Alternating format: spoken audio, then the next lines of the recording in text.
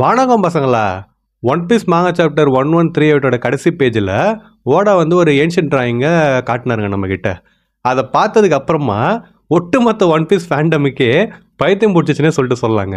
ஏன்னா அந்த மாதிரி தான் அந்த டிராயிங் இருந்துச்சு. அதை டீகோட் பண்ணுறன்ற பேரில் நமக்கு மண்டை காஞ்சி தலை சுற்றி பைத்தியம் முத்திருச்சுன்னே சொல்லிட்டு சொல்லலாம். ஏன்னா அந்த மாதிரி தான் வந்து ஆயிருக்குது நிறைய பேருக்கு. ஸோ அந்த மாதிரி ஒரு பக்கமான டிராயிங்கை கொடுத்தாரு.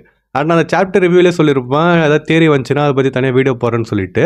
அண்ட் இப்போ வந்து பார்த்தீங்கன்னா ஒரு தேரி கிடச்சிருக்குது. அண்ட் அதை தான் இந்த வீடியோவில் வந்து நம்ம பார்க்க போகிறோம். ஸோ வாங்க வீடியோவில் போகலாம்.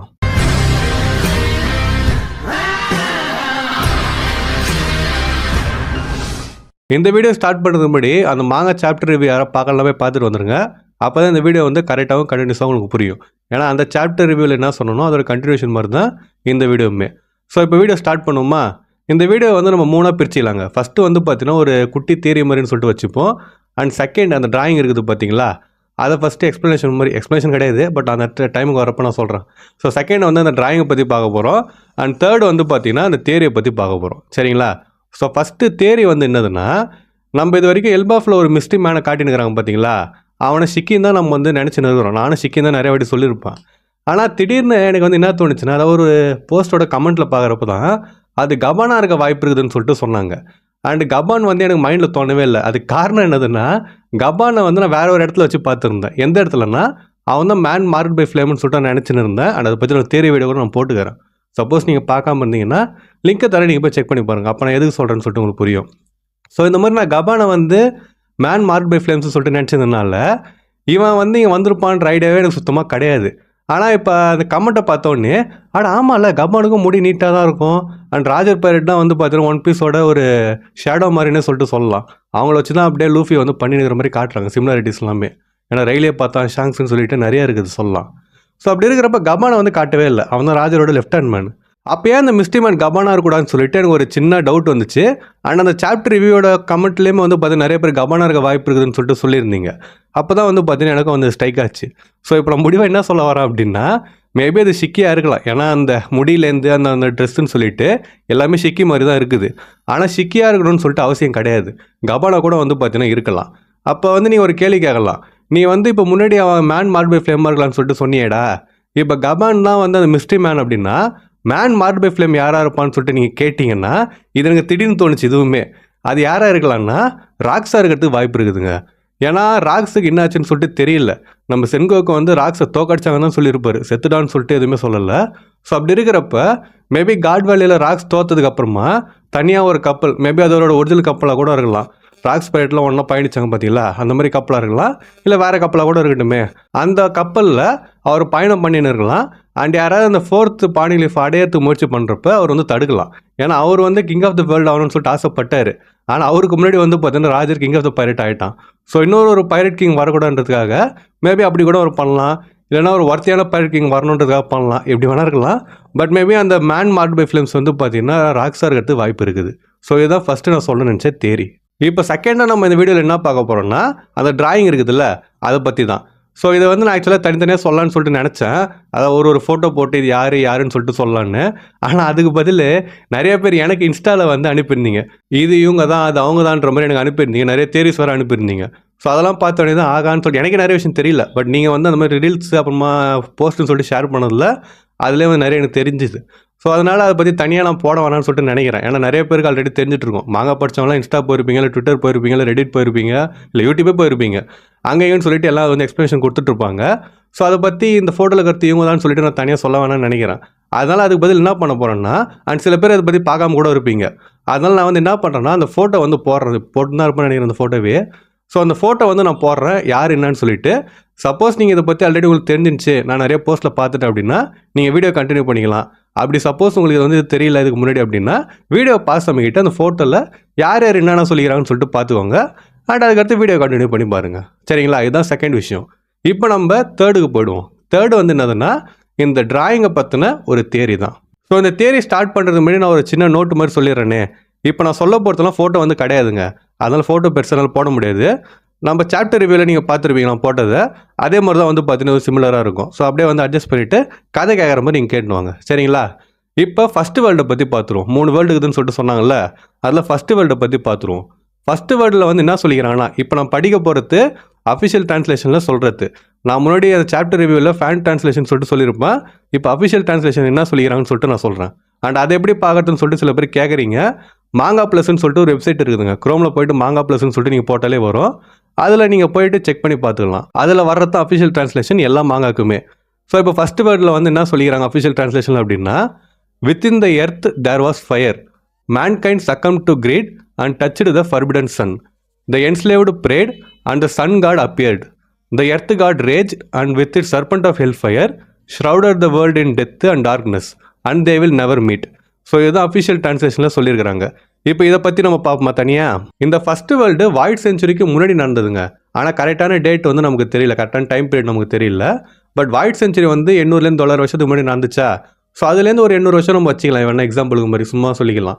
ஸோ இது வந்து 1600 வருஷத்துக்கு முன்னாடி நடந்ததுன்னு சொல்லிட்டு நம்ம எடுத்துக்கலாம். பட் கன்ஃபர்மேஷன் எதுவுமே கிடையாது அப்படின்னு சொல்லிட்டு இந்த தேரியில் சொல்கிறாங்க. ஸோ 1600 வருஷத்துக்கு முன்னாடி மேபி நடந்திருக்கலாம். அண்ட் இதில் வந்து என்ன சொல்ல வராங்க அப்படின்னா, அந்த ஹாலிடெக்ஸில் சொல்லியிருக்கிறது என்னதுன்னா, இந்த ஃபஸ்ட்டு வேர்ல்டு ஃபுல்லாகவே நெருப்பால் சூழ்ந்துச்சுன்னு சொல்லிட்டு சொல்கிறாங்க. அது உண்மையிலேயே அந்த உலகம் ஃபுல்லாக நெருப்பில் எரிஞ்சுன்னு கறந்துருக்கலாம்.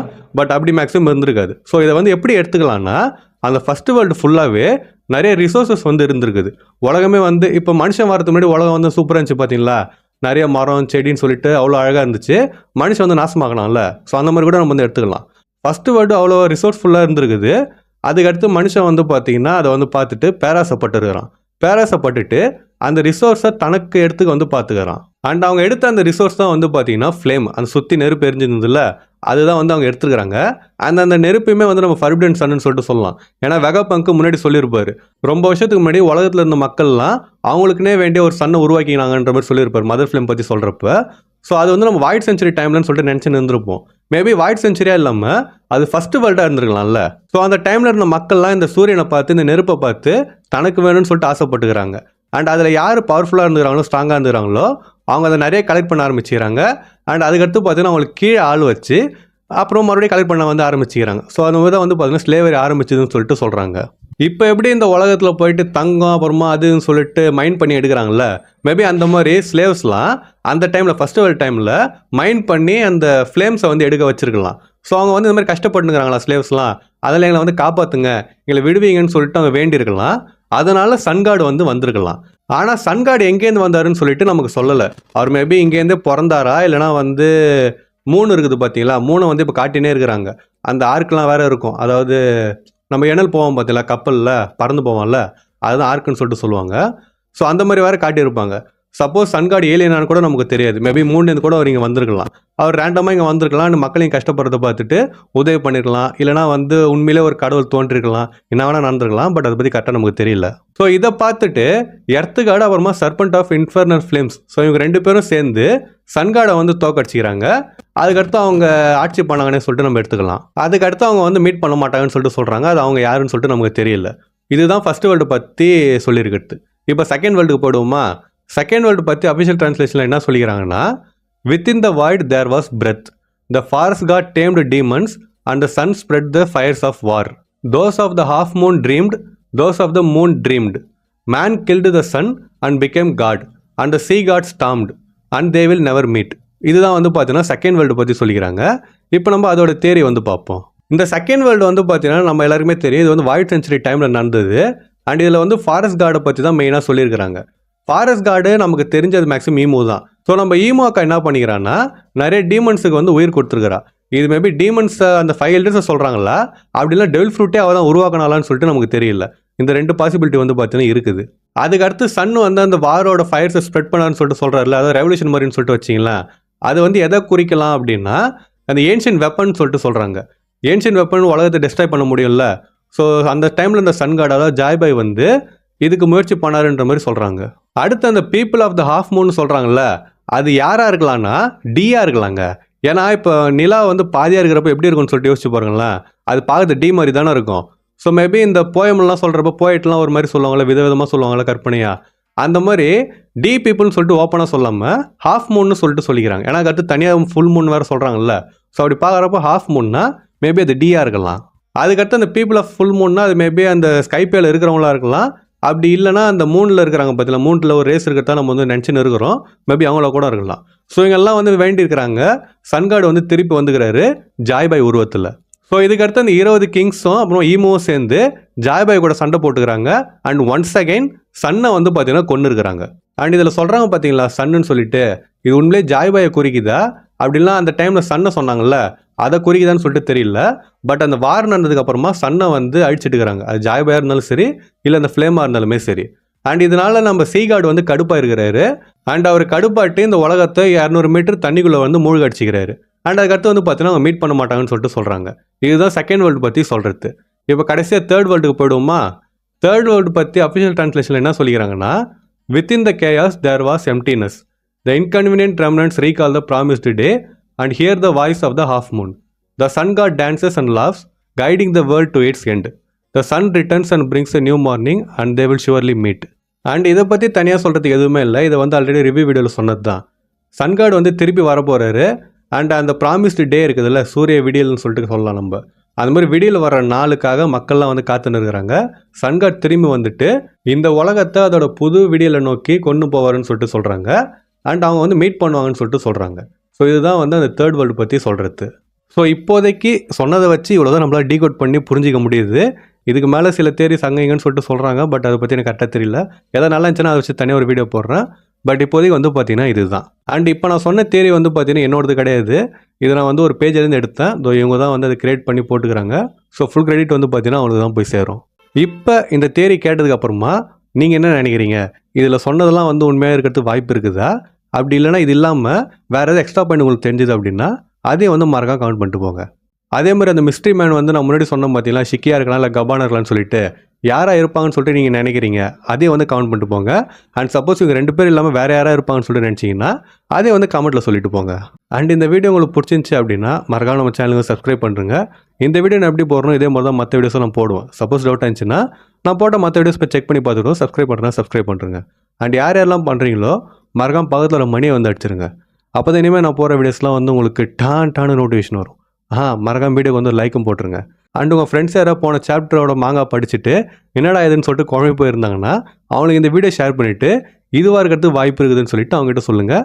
அண்ட் அவங்க என்ன நினைக்கிறாங்கன்றதையும் வந்து மறக்காம கமெண்ட் பண்ண சொல்லுங்கள். ஸோ நான் இன்னொரு மாதம் வீடியோவில் வந்து உங்களை மீட் பண்ணுற வரைக்கும் டாட்டா.